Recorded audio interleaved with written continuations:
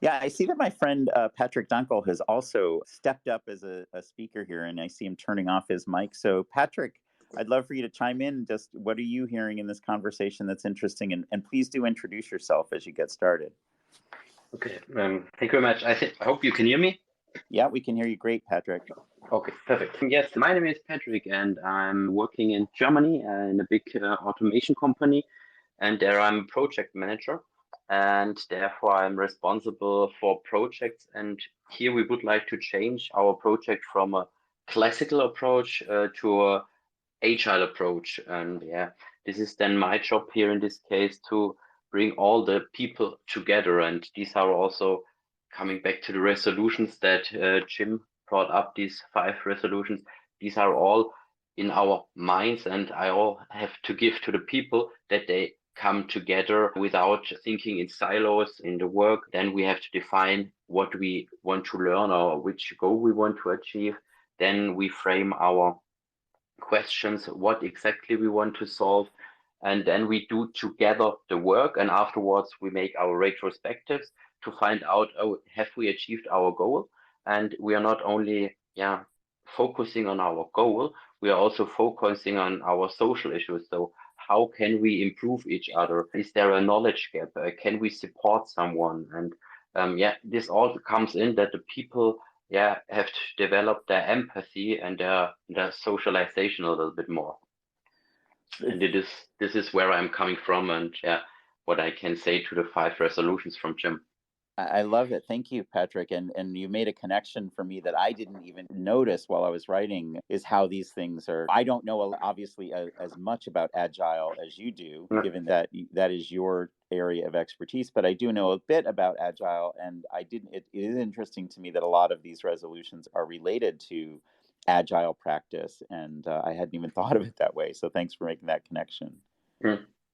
Patrick, maybe you could say a little bit. I think Jeff might know a little bit about Agile. I don't know about Lily. So maybe you could just share for folks what is Agile? Agile, you can call it on the one hand side, you can call it a buzzword that every company now wants to transfer itself into an agile company, or it goes into an agile transformation. And on the other side, it's more focusing to the customer. So this is more the realistic focus, or the reason behind HR to be more customer related, to be next to the customer. So because in the classical waterfall project, if we going back to programming, then the programmer gets his request to program a program. Then he began, and after 6 months, he comes up to the customer and says, "Here is my program." And then the customer is telling him, "Hey, that is not that I want to have. I Yeah. want to have this, that." And then the programmer said, "Yeah, you gave me this information and I did my work within the last 6 months." And agile means only that we have feedback loops within these 6 months. For example, that the developer, the programmer, and the customer will meet after every 4 or 5 weeks to sit together. Okay, are we on the right track? Do we have to change the way in which we are going, or do we want to change the goal? And then you can adapt a little bit more, and you are more customer centric in this case. And this is more or less the heart of agile, to be more customer centric.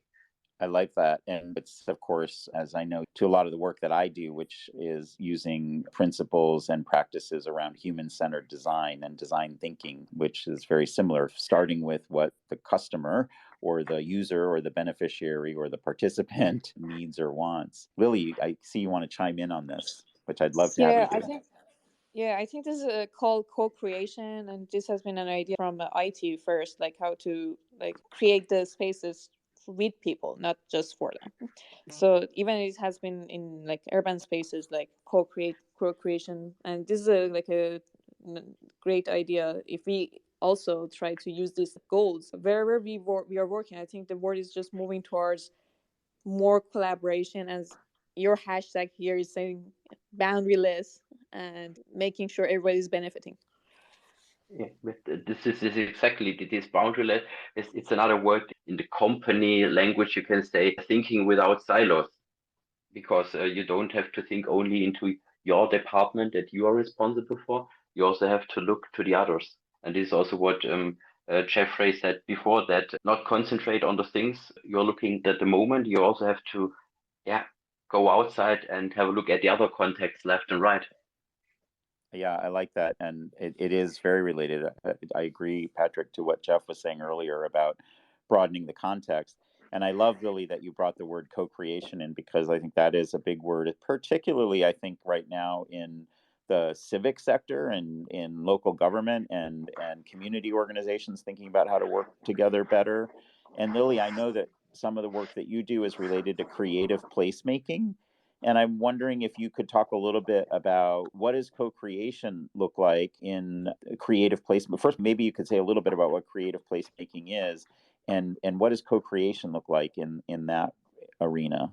Yeah, sure. So creative placemaking means just revitalizing decayed urban areas and turning it into kind of like livable urban spaces, public spaces that events happen there or art installations there is like a place for people to gather and enjoy, rather than those places that were abandoned or left out by themselves.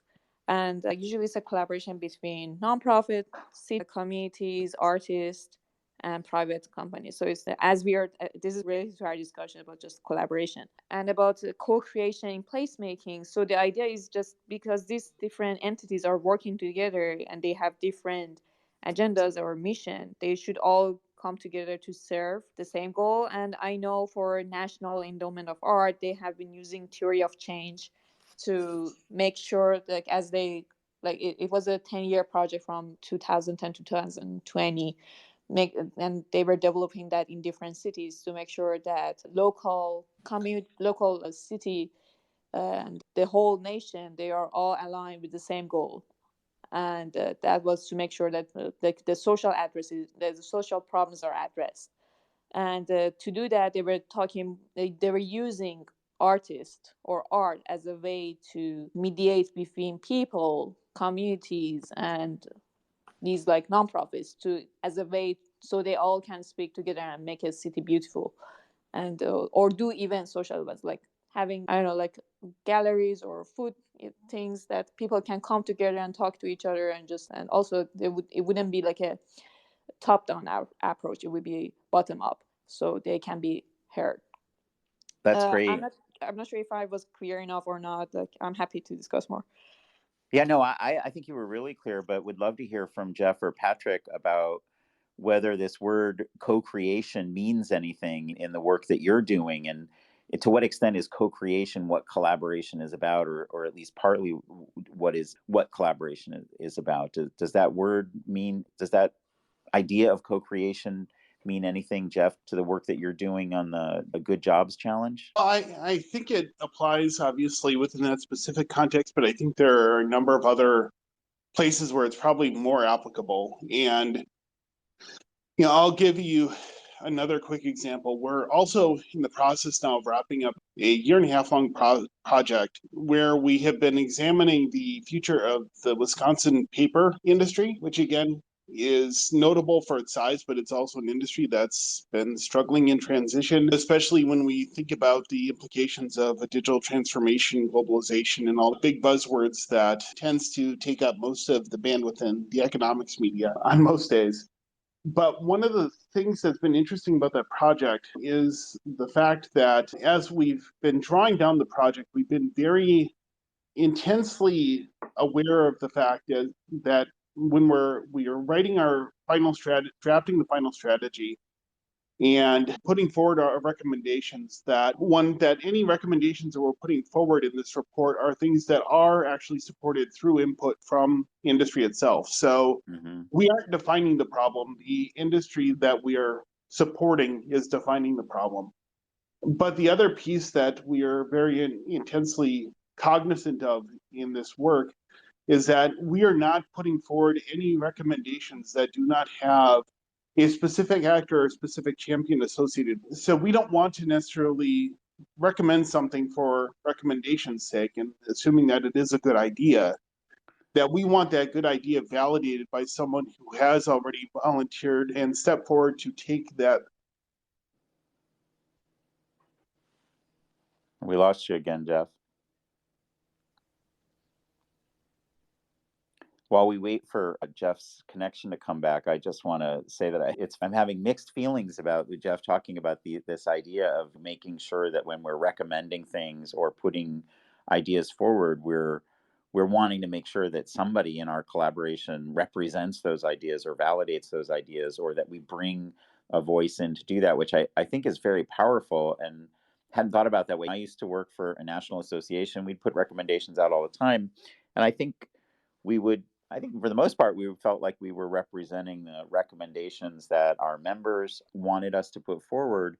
But I think we also, I'm being honest, probably put recommendations forward just because we felt like it was important for people to hear this. And sometimes people maybe don't know what's needed or are not paying enough attention to a particular thing. So it's interesting, Jeff, that you bring it up in that context and in the idea that good ideas need to be validated, need to be represented. And it really helps me think about what's the value of, think tank kind of work where you might be making recommendations that you're just saying, this is important for people to be thinking about. But are you back, Jeff? Is your audio back with us? Oh, Jeff's gone back to being a listener. So I think he may have lost his audio connection.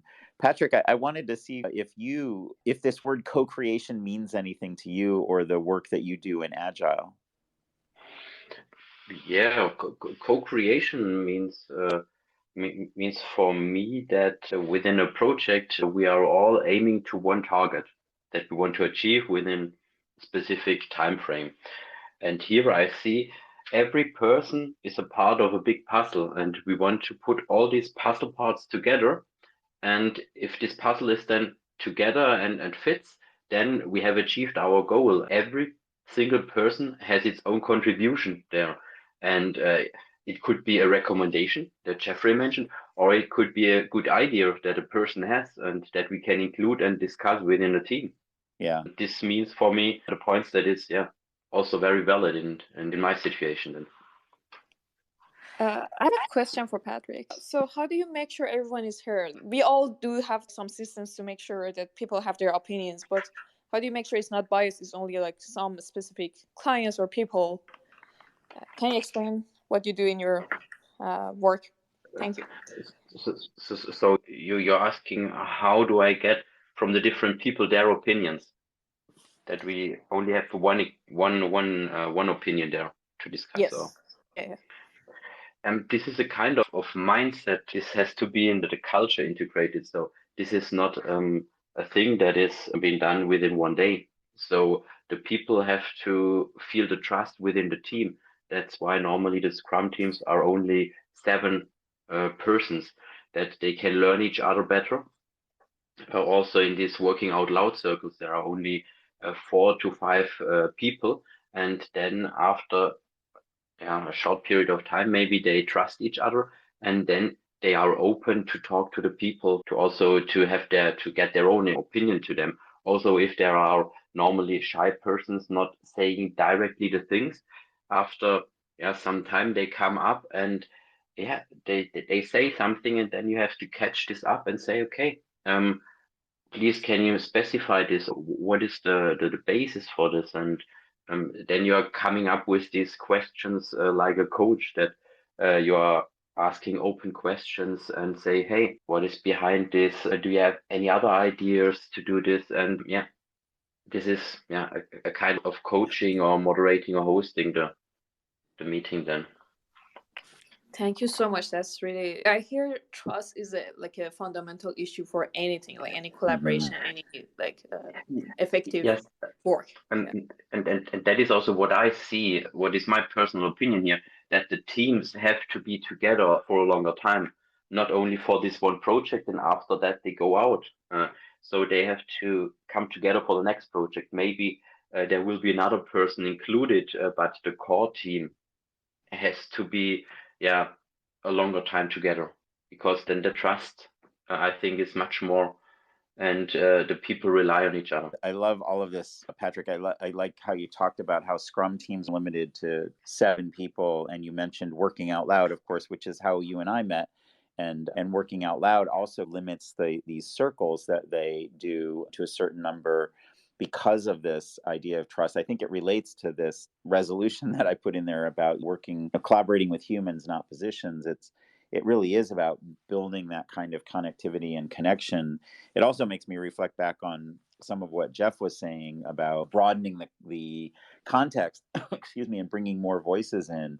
And it becomes tricky. Like, how do you manage the size of a collaboration in a way that you can have multiple voices and contexts and perspectives, but you can also keep it to a manageable sort of size where people feel like they're connected and working together and can develop those relationships and develop that trust? And the obvious answer is that you can't. Big initiatives often do require a lot of different people at the table, but then you have to find ways to break that down into smaller groups, perhaps like working groups or task groups or what have you, to focus on moving it together in a way that can be partially driven by that kind of closer bond and relationship of the smaller group. Go ahead, Patrick. Yeah, this is exactly what you mentioned, that you split into smaller groups, because there are also tools available. For example, big room planning. This is also what the name is saying, big room planning. So this means all persons who are part of this project, you will log into a room and then they talk to each other. And then could be more than 20 people, they talk to each other. And after that, and after a while, they came out and say, okay, we have to split into smaller groups to work on these topics.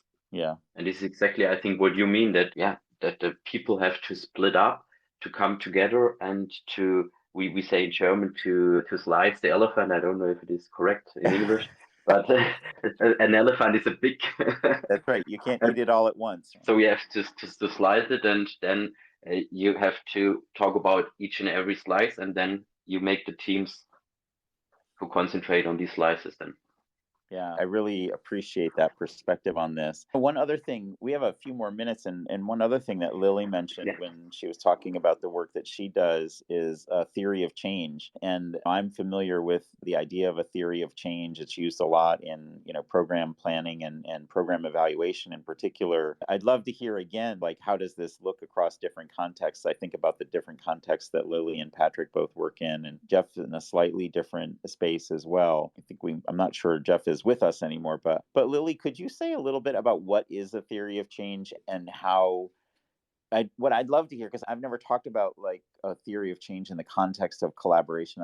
What does it do for a collaboration, and to what extent does a theory of change support or potentially not support a collaborative work? And would love to hear your thoughts on that, Lily, if you don't mind. So my understanding is that, and correct me if I'm wrong, is that theory of change, you put a problem statement, but you don't know exactly how to approach it. So you have a general idea. So this is the problem, this is how we approach it, and you have it. But also you have a logic model to just for piecemeal action, how you want to do it, who are the actors, who are the project initiatives. And since for this creative placemaking throughout the US through National Endowment of Art, which was for 10 years, I think they did this because placemaking is a new idea. They didn't know what exactly to expect. So it was a way for them to approach to make sure they are monitoring it through different cities. But at the same time, if something happens through logic model, they have the ability to change it and move forward. I'm happy to read their goal if that helps, like what they did. Yeah, sure. You got that right there in front of you? Yeah. So the problem statement was American communities everywhere face a distinctive set of local economic, physical, or social challenges. Yet community leaders are often unaware of solutions that stem from the successful adaptation and integration of arts, design, and cultural strategies. So it means just like for community leaders, they can use this approach. Then their goal was, which their project goal is Our Town, is sustained support and recognition of art, design, and cultural strategies as integral to every phase of community development across the United States. Huh. Yeah, it's a big elephant, like Patrick Yep. was talking about. It's nothing small. So one could certainly see how a theory of change could help slice the elephant a little bit. The thing I would add to your discussion of what a theory of change is, I often talk about the relationship between a theory of change and a logic model. The logic model is the what. It's like a few different laundry lists of what are the inputs, what are the activities, what are the outputs and outcomes, and eventually what is the impact that we want to see.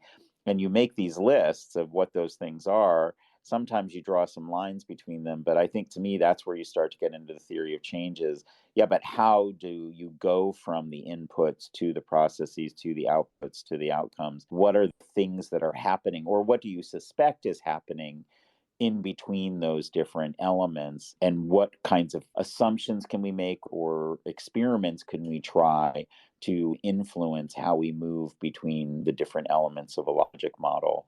So to me, with collaboration, what a theory of change does, and I guess to some extent a logic model, is it's like that artifact that we talked about earlier with the idea of creating together so that you can collaborate. Creating a theory of change, I think, is a very powerful activity for a collaboration because it really helps people understand the ways in which, even how each of their perspectives is going to come together and combine to influence how we move toward that outcome. But again, just seeing how these ideas play out across different domains. Patrick, you work in a very different kind of environment than Lily or I do. You're in this very corporate kind of environment.